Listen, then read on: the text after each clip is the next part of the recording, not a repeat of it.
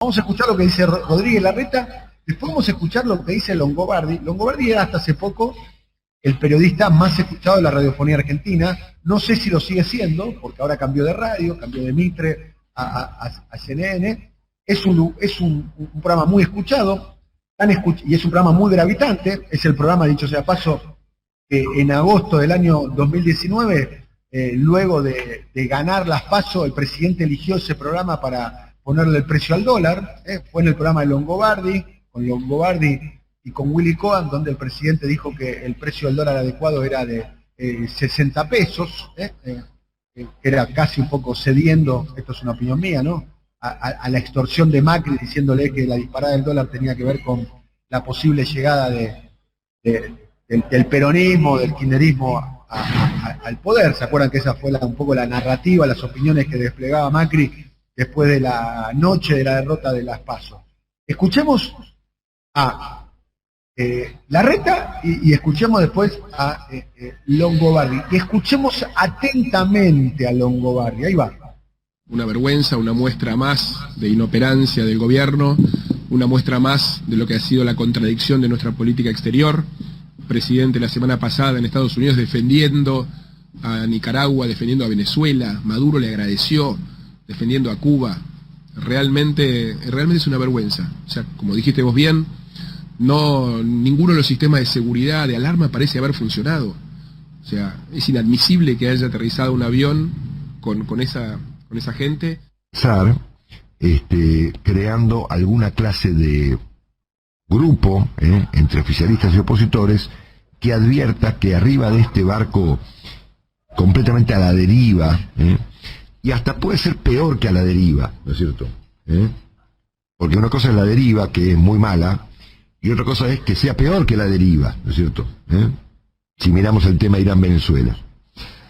Y tome cartas en el asunto. Fuera de la señora Kirchner y fuera del presidente Fernández. Es decir, que finalmente el Parlamento se ponga las pilas y procure designar a un jefe de gabinete con respaldo parlamentario que se haga cargo de semejante catástrofe.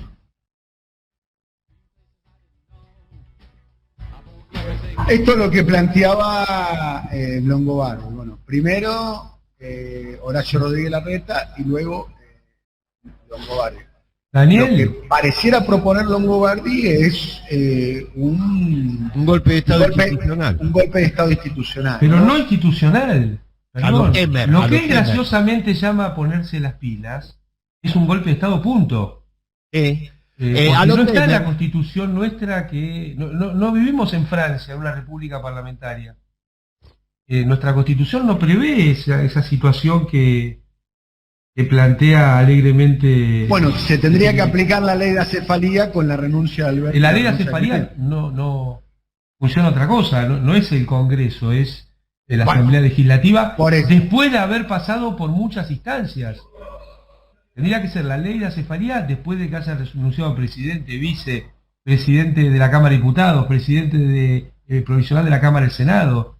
Realmente eso no está en la Constitución argentina, ni en la ley de acefalía. El presidente de la Corte, ¿no? Que Rosati, obviamente, si le queda una pelota, sabe cómo la manda a guardar, ¿no? Es realmente... Y eso es ponerse las pilas, ¿no? La naturalización de un golpe de Estado. Bien. Artemio, vos pediste este audio, ¿qué observaste? No, me parece que es efectivamente bajo otras formas el intento de desaparición del proyecto popular democrático. Hay la frase fuerte, el corrimiento del presidente y de la vicepresidenta sobre todo. Lo que está planteando Longobardi hoy por CNN es lo que intentaron hacer hace 67 años. Hacer desaparecer la grieta es hacer desaparecer el proyecto popular democrático. Y esta es una forma, digamos, elegante, lo dice desde la CNN, ahí no entra un alfiler si no sale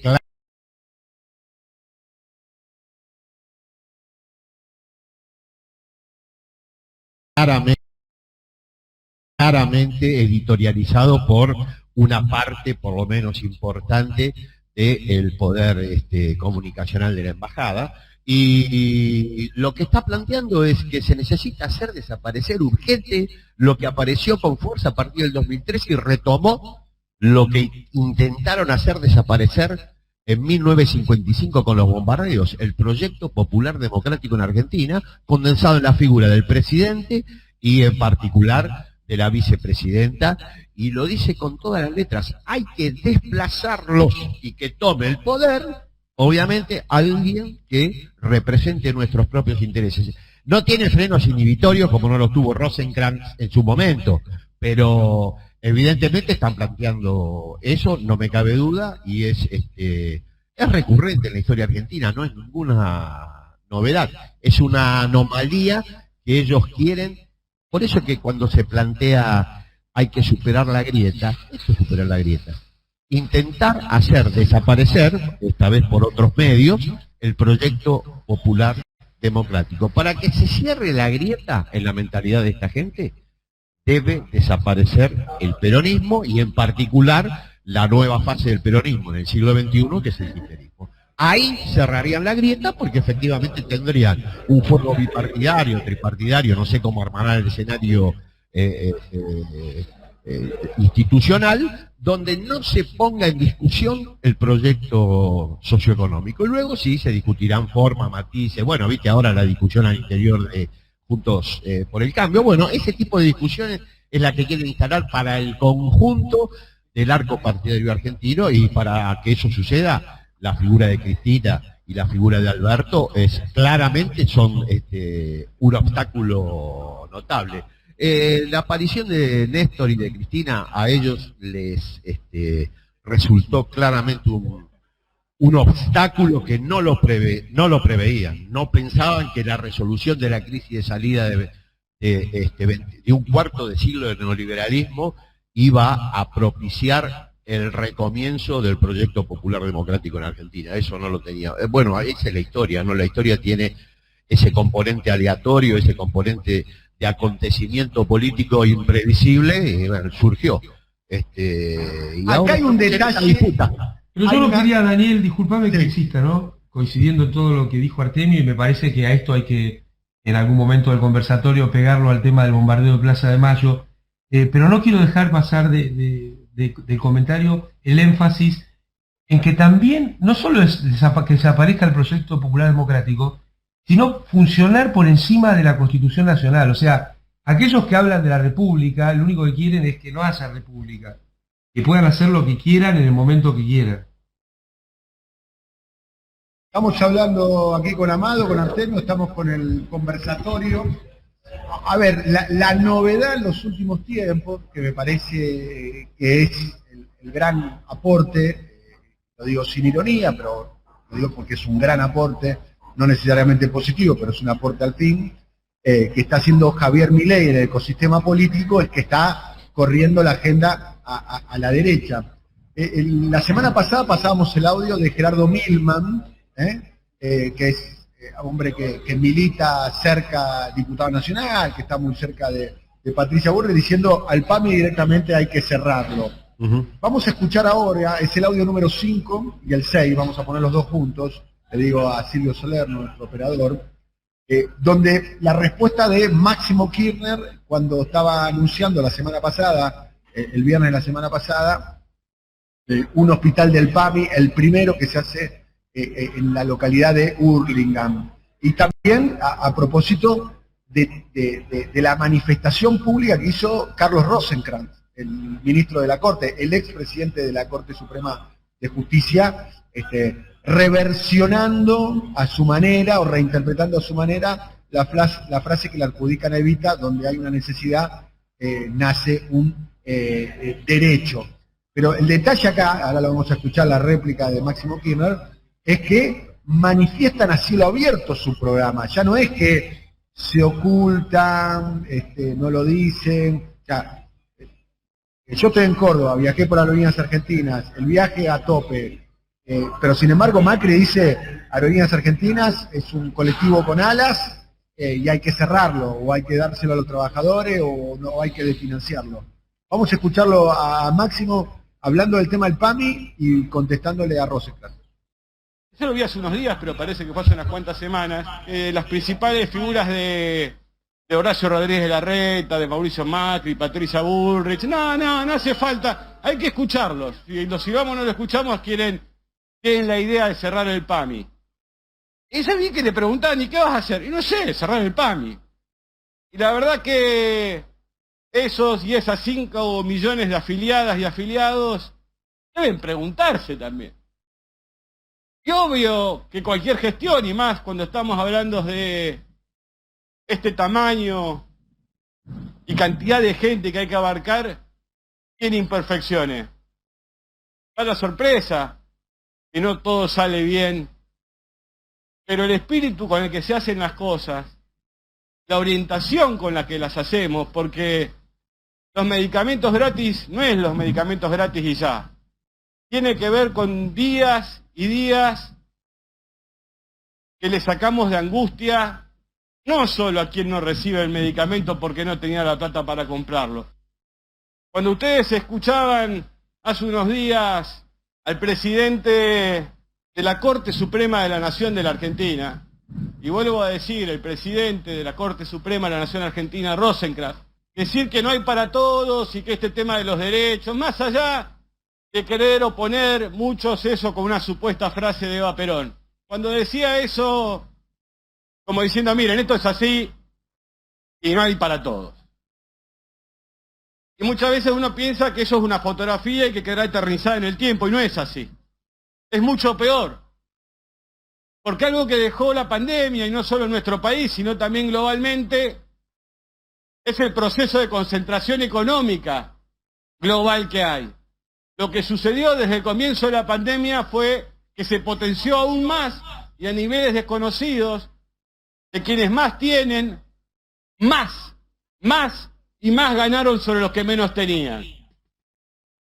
Ahí estábamos escuchando a Máximo Kirchner el viernes pasado en Hurlingham anunciando un hospital del PAMI que por lo que me dicen a mí, hay que ver, yo cuando me lo dijeron dijo, ¿seguro? Pregunté, ¿seguro?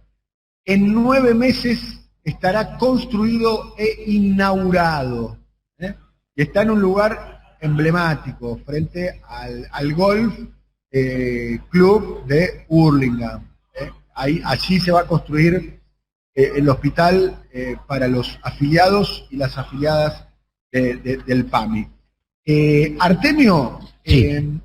y Amado pregunta, digamos, frente a lo que parece ser un fenómeno además mundial, entre la pandemia y la guerra han concentrado la riqueza en pocas manos.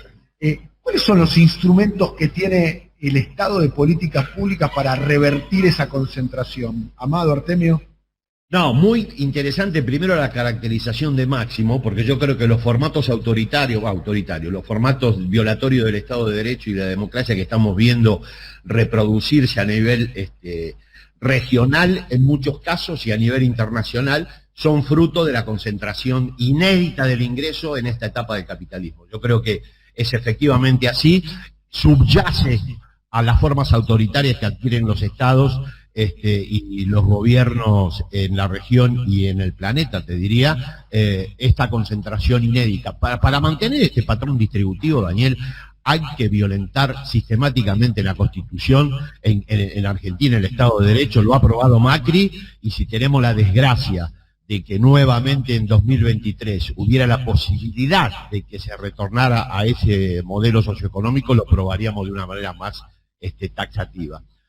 Y las herramientas, bueno, ahí está Amado que va a responder de manera más pertinente, pero para mí, soportado siempre en la movilización y en la organización popular, las herramientas de que dispone el Estado son, primero, el sistema impositivo, hay que cambiarlo. El sistema impositivo argentino es muy regresivo, descansa claramente en el consumo de manera insostenible. No hay impuestos al patrimonio, hay muy bajos, no hay impuestos a la herencia, no hay impuestos a la propiedad. Macri tomó... Dame ejemplos para que pueda entender. Cuando decís, y mirá, la presión impositiva en Argentina es de 28 puntos, en Brasil es de 30. Ni hablemos de los países desarrollados, donde está mucho más cerca del 50 y más. Cuando decís descansa sobre el consumo, te referís que el IVA. recauda el IVA ingresos brutos. Exactamente. Y el impuesto al cheque que quedó. O sea que... porque eso a veces nos olvidamos en la discusión. Además, el impuesto al cheque lo impuso el que es la vaca sagrada de los liberales en Argentina, que es Domingo Cavallo. Domingo Cavallo, la vaca sagrada del cuarto de siglo neoliberal en Argentina, que fue el ministro de Economía de los dos grandes partidos. Es el tipo que está construyendo detrás de Milei y es el que está articulando Cavallo para que Milei haga un acuerdo con Macri. Es un tema que vamos a tratar también acá, esa posible alianza. Sí, estoy totalmente de acuerdo con vos en eso, pero insisto que una de las herramientas es claramente el sistema impositivo y después, bueno, el aparato estatal, la capacidad que tenga el aparato estatal de imponer sus decisiones. Hay herramientas, yo no las voy, los decretos son una, pero es evidente que la voluntad política, la movilización popular son insustituibles y bueno, creo que hay que usarla, porque sostener este patrón distributivo para un gobierno popular democrático es inviable. O sea, no te deja salida en términos políticos, en términos de justicia social y también en términos electorales. Hay que cambiarlo, hay que modificarlo y yo creo que el gobierno dispone de posibilidades para poder hacerlo. Hay que atreverse a ir más allá de lo que ellos señalan como posible. Mirá cómo hicieron estos en el 55. ¿Vos te imaginás, Daniel, en 1975, 1974, si alguien decía en Argentina que íbamos a llegar a tener 54 puntos de pobreza cuando teníamos 6? ¿Qué decía? Es imposible. Bueno, lo lograron. ¿Vos te imaginás que hubiera dicho alguien que en aquel momento convivía con un mercado de trabajo, perdón por la palabra, donde la informalidad era de 12 puntos que íbamos a llegar a tener en 2003 cuando asumió Néstor, 50 puntos? Es imposible. ¿Vos te imaginás que hubiera dicho alguien que le decía, mirá, acá el 2% de la población tiene privaciones extremas, la indigencia del 75, pero lo vamos a llevar al 30, 27.6? Es imposible, nada de eso fue imposible. Lo lograron después de un cuarto de siglo de práctica política impiadosa. En el medio estuvo la dictadura más sangrienta de que tengamos memoria, pero luego también con la recuperación democrática, con gobiernos que decían, no se puede, no se puede, no se puede. Y el no se puede era la consigna central para poder profundizar el proyecto neoliberal en Argentina, que hizo de lo imposible a mediados de los 70, lo evidente cuando asumía Néstor Carlos Kirchner la presidencia.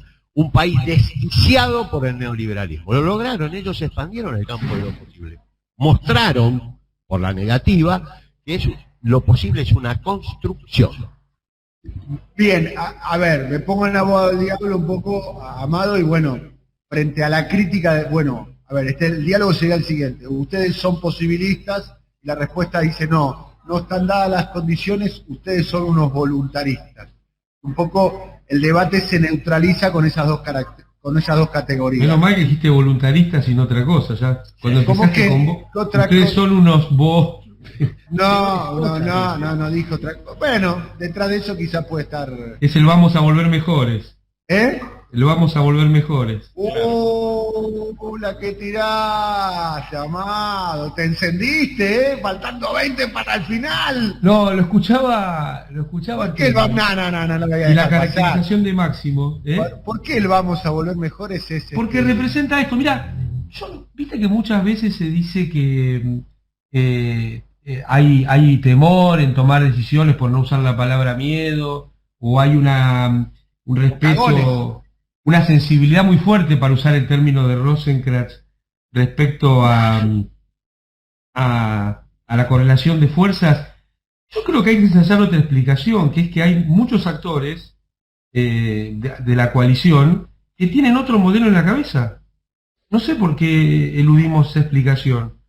Un caso era Culfas, un caso concreto, que es una versión nueva del neoliberalismo, es la teoría del derrame, pero con una pátina de derechos, de derechos los que llaman de tercera generación. Está bien tu caracterización de neoliberalismo progre, que es una caracterización con peso académico también. Sí, no es mía. Yo la tomo... Está bien utilizada, digo, Nancy Fraser le claro, en Nancy Estados Unidos, pero después, y además tuvimos experiencias concretas de neoliberalismo progre en Argentina.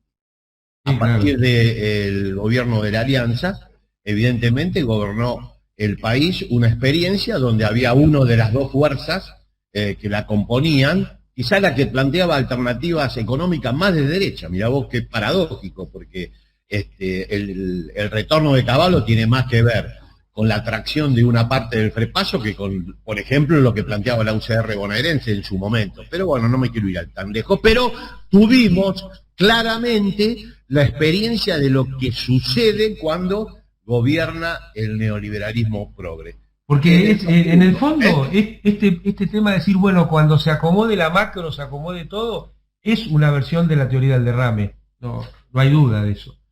Pero, yendo a la caracterización que hacía Máximo y que venía desarrollando Artemio, nosotros tuvimos la experiencia en el gobierno del 2008-2009. Y te acordás, Daniel, Artemio, que al principio de la pandemia hubo todo un debate teórico que, bueno, de la pandemia iba a salir un mundo mejor. Sí. Incluso con algunos filósofos importantes. Yo no tenía ninguna duda que iba a salir un mundo más concentrado.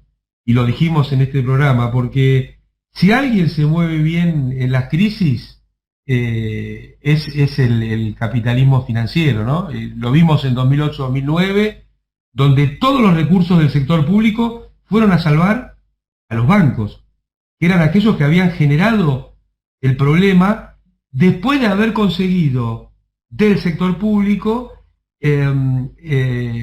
legislaciones que le ampliaban sus posibilidades de negocios, otra vez volviendo al tema de lo posible. Porque parafraseando a Rosenkrantz, podríamos decir que donde hay una oportunidad de negocio habrá una vulneración de derechos, ¿no? Me parece que ese es el eje de este sistema del neoliberalismo en esta etapa de la humanidad. Entonces, está claro que hubo mayor concentración a partir de la pandemia.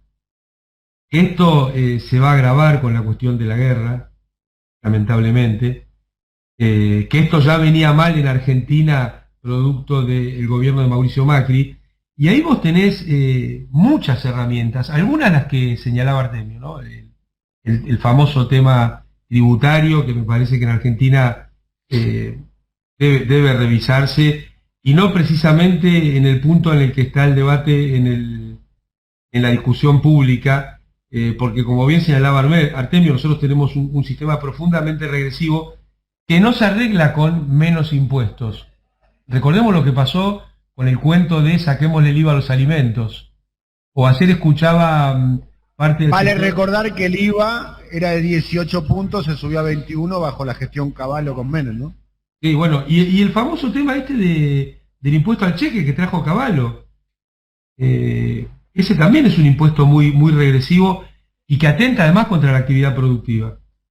Como los temas de los anticipos de ganancias, que son también de esa época y atentan de épocas anteriores, quiero decir, de la época de Cavallo con Menem, que atentan también contra el sistema productivo, ¿no? No solo son regresivos en términos de la población, sino también son inadecuados para el sistema productivo. Entonces, ahí tenés un eje muy importante. Pero también tenés el eje, yo creo, en Argentina, en el tema del crédito.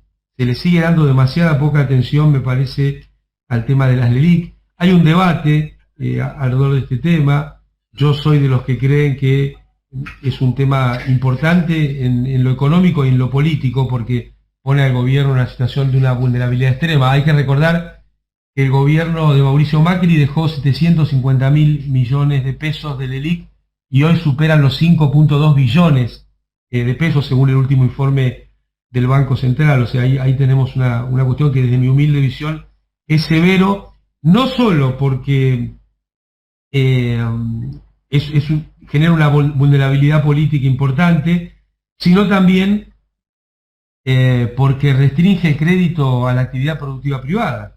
Ahí tenés 5.2 billones de pesos que entran en una calecita donde generan cada vez más tasas de interés para el Banco Central. Entonces ahí hay una cuestión sin duda... Para los bancos, ¿no? Porque esta plata después termina, ¿no?, en una especie de bicicleta financiera entre los bancos privados que les prestan al y Estado. Después, me parece que en algunos proyectos del gobierno, mejor dicho, del conjunto de la alianza de gobierno, creo que también hay algunas cuestiones interesantes.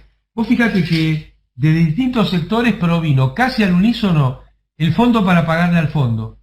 O sea, tener un mecanismo de pago al fondo que asegure que no sea el pueblo argentino el que vuelva a hacer esos pagos. Un proyecto de ley del Frente de Todos.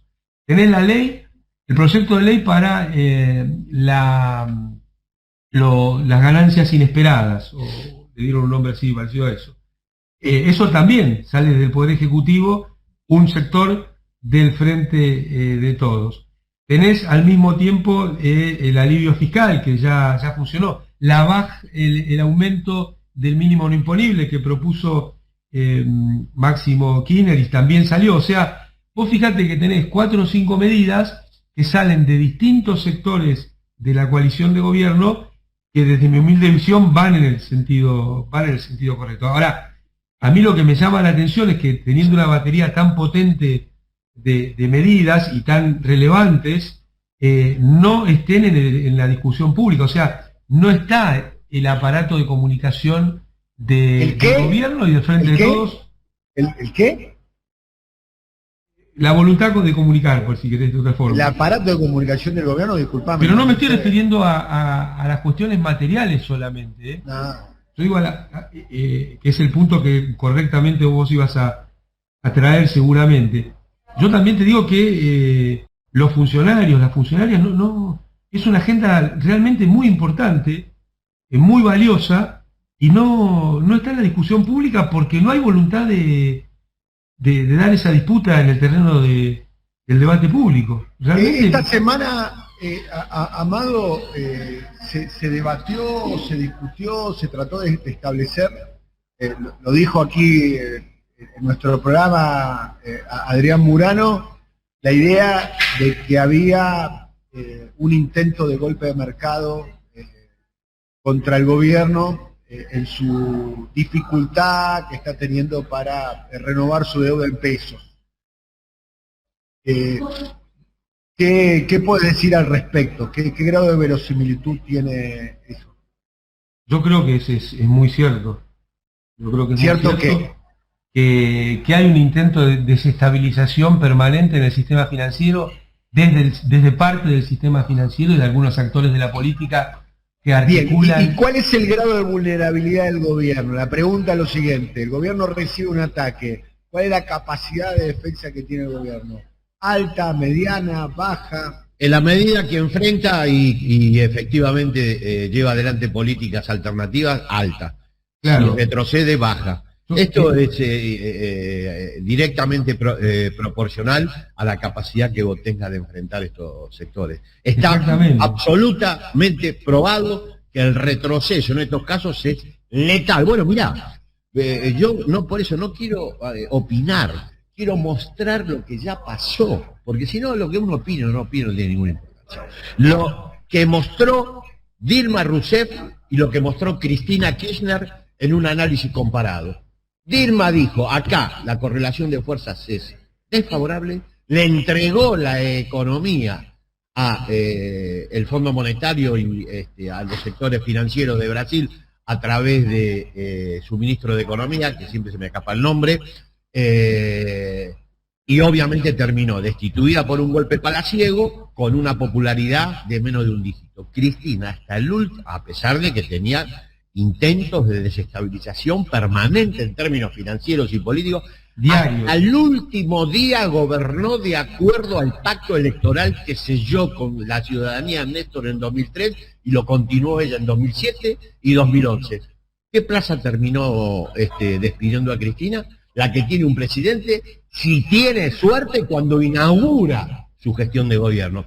Y terminó siendo una líder indiscutida de un proceso popular democrático que aún perdura. Bueno, fue una decisión política voluntarista y algo de voluntad política seguro siempre hay. Hay que La decisión de enfrentar.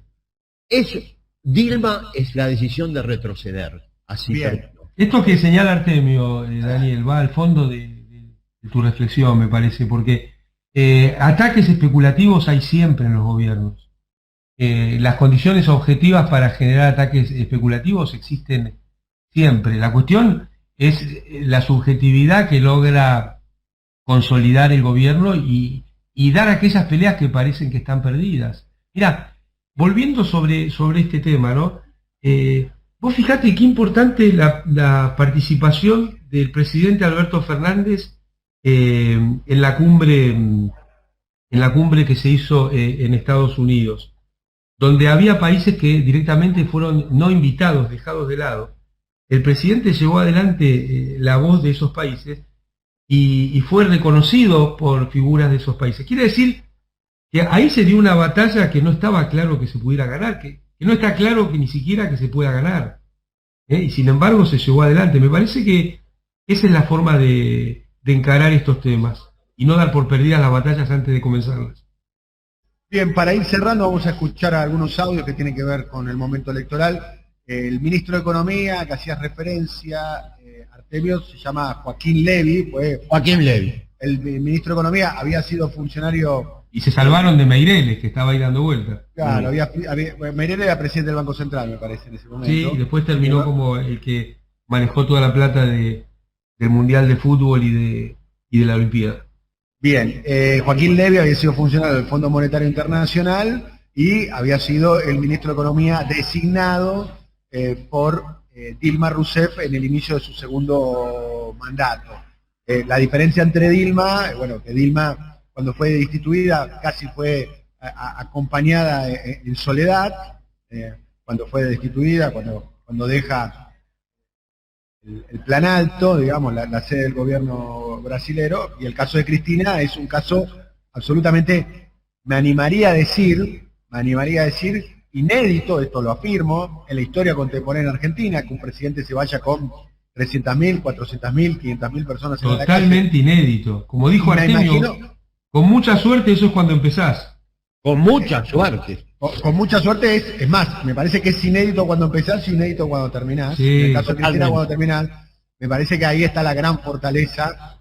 Y además la consigna en aquella fecha, el 9 de diciembre, yo estaba en la calle ese día, la despedida de Cristina en la calle como un ciudadano más a la altura del Cabildo, era vamos a volver, ¿no? Vamos a volver, la consigna la vamos a volver. Nadie decía vamos a volver mejores, ¿no? Claro. Lo que decían, lo que va a volver mejores eran en aquel momento los disidentes y que habían, como mínimo, se habían abstenido en el balotaje entre Macri y Scioli. Vamos a escuchar ahora unos audios que tienen que ver con el posicionamiento electoral. Vamos a escuchar algunos audios donde hay diferentes referentes.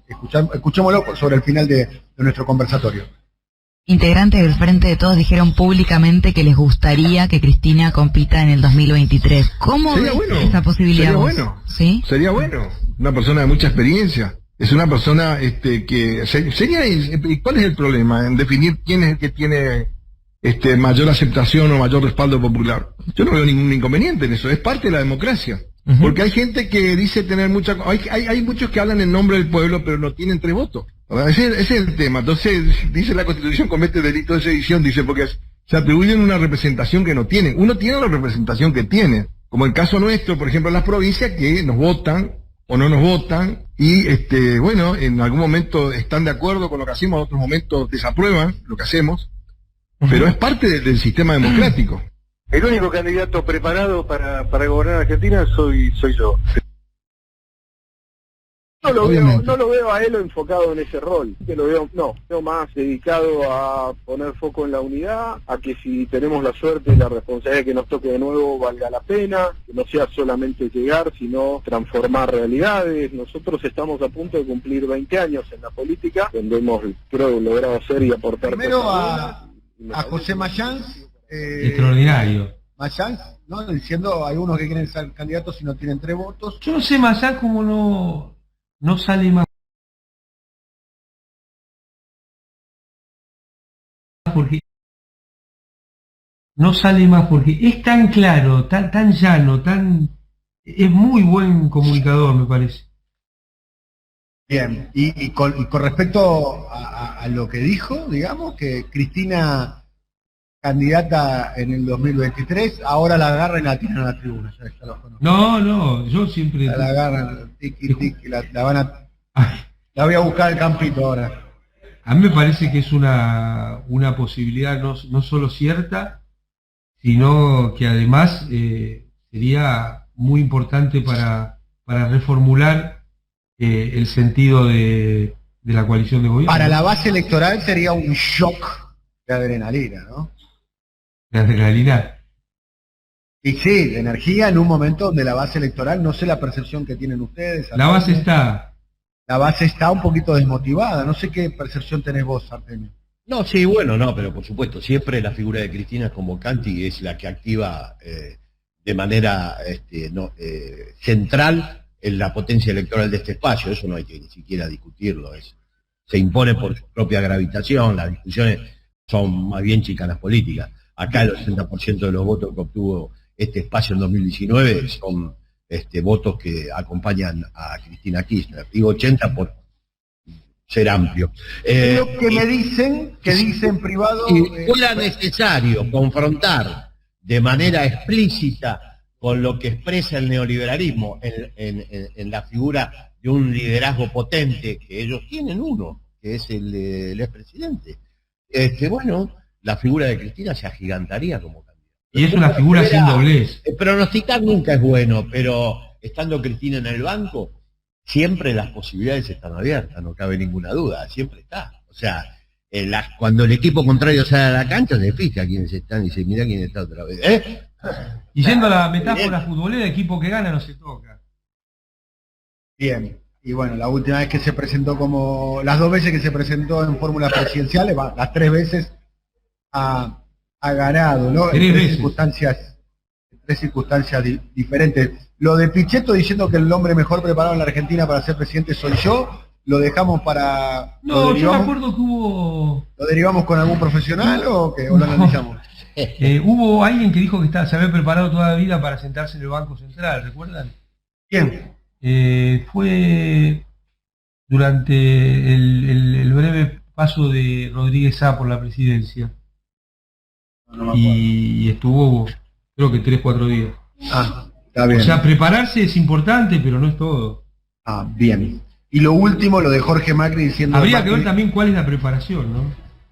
Lo de Jorge Macri diciendo que Macri no va a ser candidato, pero que va a ser un garante de la unidad. ¿Ven eso? Desde afuera se ve que Macri está, como mínimo, va a intentar hasta el final. Lo que se ve de afuera. Yo no tengo duda que va a intentar ser figura con el declive del actual jefe de gobierno porteño, que es evidente, él ha errado conceptualmente el lugar, el centro no es un lugar para transitar en términos electorales, todas las elecciones de Latinoamérica lo han probado, si algo ha pasado en Latinoamérica en las últimas elecciones es que el centro ha desaparecido, todo, desde México en adelante hasta la última elección en Colombia, vamos a ver el domingo qué resultado tiene, pero ha mostrado que el centro como lugar conceptual no existe. Más allá de la patria consultora que dice que siempre el que toma el centro gana, pero eso no viene pasando nunca. Patria consultora, me gusta. Es una manera sistemática de errar, pero bueno. Y quedar inteligente. Exactamente. Lo que dice Macri... Es muy buena esa, cómo pifiarle y quedar como un vivo, ¿no? Hay que sacar un libro, ¿no? Sí, bueno, la medio cobrar. Melconian es el caso más taxativo de eso. En el año, no estoy hablando de los pifes de Melconian hace 10 años, 15 años, 20 años, dijo que en el año 2021 la Argentina iba a crecer al 4,5-5% y creció al 10%. Y en el medio, A no da explicaciones, B nadie le pregunta sobre eso. Se critica todo. No, Se critica todo. No. Está todo mal. El nivel de cualunquismo que tiene es exorbitante. Nos estamos yendo, amigos.